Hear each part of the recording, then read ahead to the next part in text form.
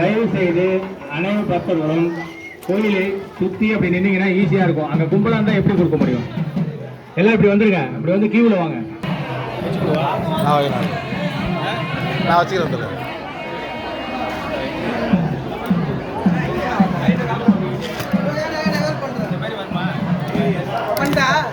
டேய் மட்டாசு வேண்டாம், தட்டு போட்டு கண்டதுக்கு மேலே ஏறுது. போங்க, இதை நான் பார்த்துக்கிறேன். போங்க, எல்லாம் மேலே ஏறுதுங்க. போங்க, எல்லாம் வெளித்தட்டு காவி சாத்து கேட்டில் சாத்து. கண்டது ஏறுது மேலே பூஜை காட்டுவோம், அப்புறம் கஷ்டமாயிடும்.